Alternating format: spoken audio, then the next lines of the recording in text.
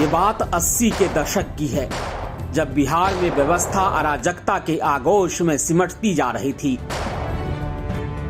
सरकारी इकबाल अंधेरे में डूब रहा था। तब गंगा किनारे मोकामा दियारा में अपराध के नए सूरज का उदय हो रहा था।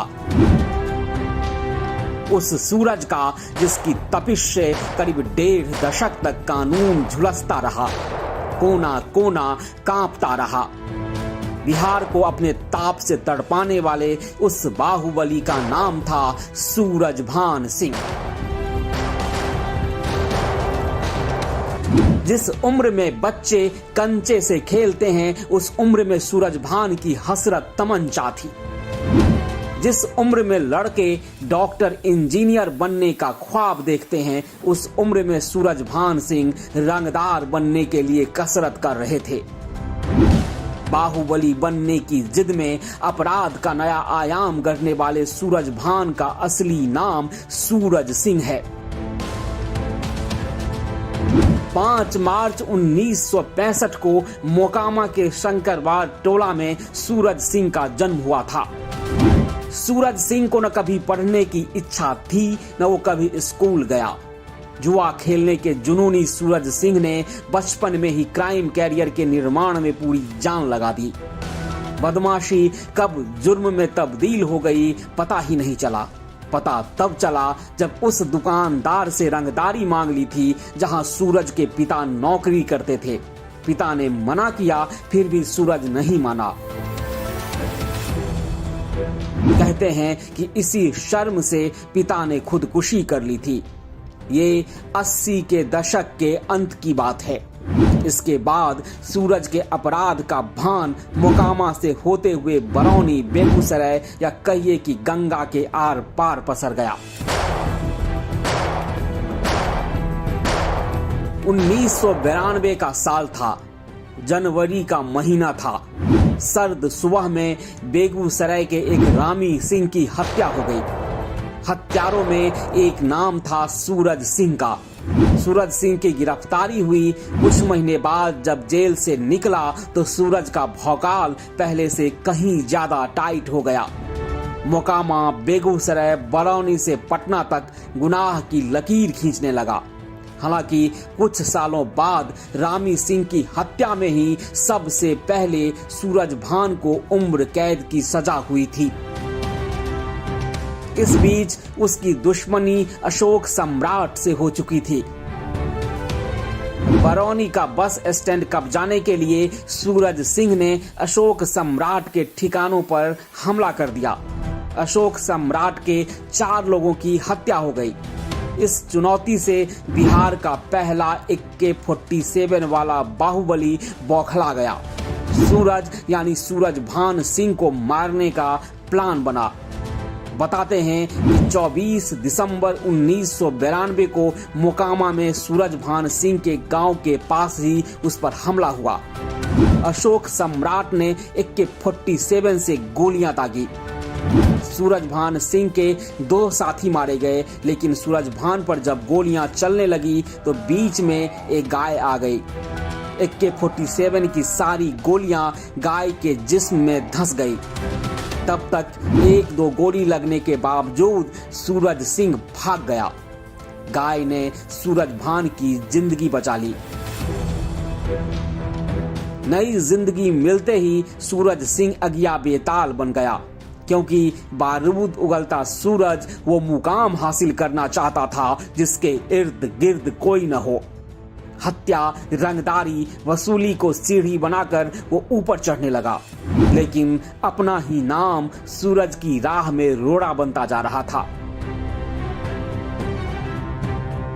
ऐसा इसलिए था क्योंकि इलाके में सूरज सिंह नाम से एक और डॉन था जो सूरज सिंह यानी सूरजभान सिंह से काफी सीनियर था। बिहार के अंडरवर्ल्ड में उस सूरज सिंह की ख्याति कहीं ज्यादा थी। कांड जूनियर सूरज करता था और इसका फायदा सीनियर सूरज सिंह को हो जाता था। इसलिए सूरजभान सिंह ने अपना नाम बदलने का फैसला लिया। सूरज सिंह सूरजभान सिंह बन गया।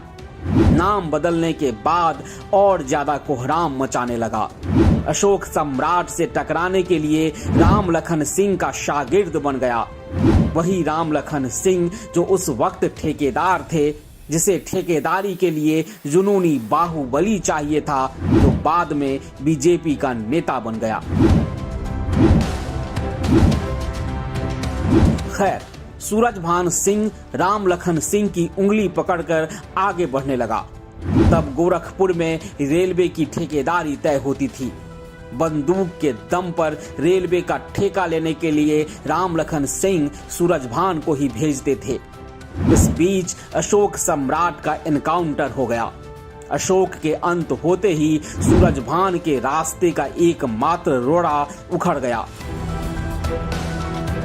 सूरजभान के आपराधिक आभा मंडल ने राज्य स्तरीय आकार लेना शुरू कर दिया। उत्तर बिहार में रेलवे की ठेकेदारी सूरजभान की बंदूक तय करने लगी। इस बीच में जो आया वो मारा गया या फिर इलाका छोड़ गया। जिस तरह सूरजभान के आपराधिक साम्राज्य का विस्तार हो रहा था, उसी तरह उसके दुश्मन भी बढ़ रहे थे। सूरजभान का एक ऐसा ही दुश्मन था जिसे सरकारी संरक्षण प्राप्त था, जो खुद को गुनाहों का इकलौता सरदार घोषित कर चुका था। वो था ब्रिज बिहारी प्रसाद, जिसे श्री प्रकाश शुक्ला ने बीच पटना में गोलियों से भून दिया था। कहते हैं कि जब श्री प्रकाश की बंदूक से ब्रिज बिहारी के जिस्म पर गोलियां दागी जा रही थी, तब सूरजभान सिंह भी वहां मौजूद थे, लेकिन ये अदालत में कभी साबित नहीं हो सका।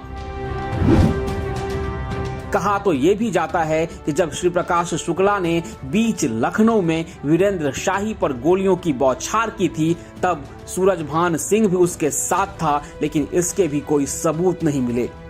सूरजभान और श्री प्रकाश शुक्ला की जोड़ी यूपी और बिहार में खौफ का नया पर्याय बन चुकी थी।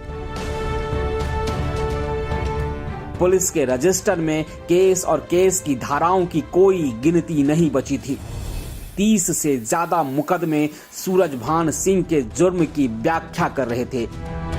इस बीच शंकरवार टोला में ही पुलिस के साथ सूरजभान सिंह की मुठभेड़ हो गई।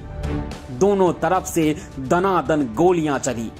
गोली पुलिस वालों को भी लगी, गोली सूरजभान सिंह के पैर में भी लगी। हालांकि सूरजभान सिंह को उसके गुर्गे बचाकर ले गए, लेकिन ये गोली सूरजभान सिंह के लिए नासूर बन गई। फरार सूरजभान को सही से इलाज नहीं मिला, लिहाजा पैर सड़ने लगा।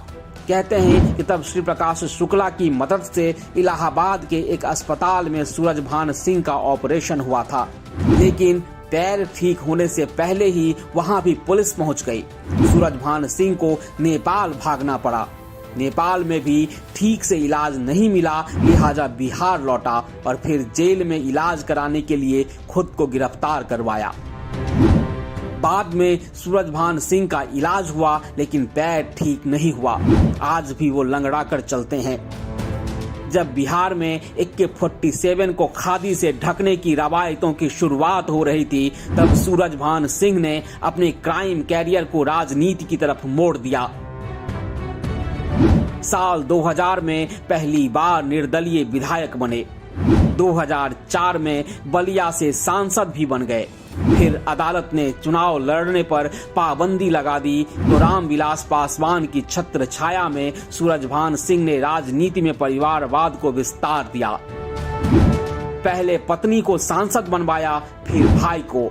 दूसरे भाई भी चुनाव हार चुके हैं। राजनीति में आते ही धीरे धीरे सूरजभान सिंह के ऊपर से खूनी मुकदमों का बोझ कमता गया।